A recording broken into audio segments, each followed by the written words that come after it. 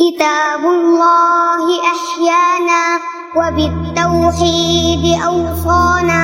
ففي قرآننا نور يضيء ظلام دنيانا، سوى القرآن لا نرجو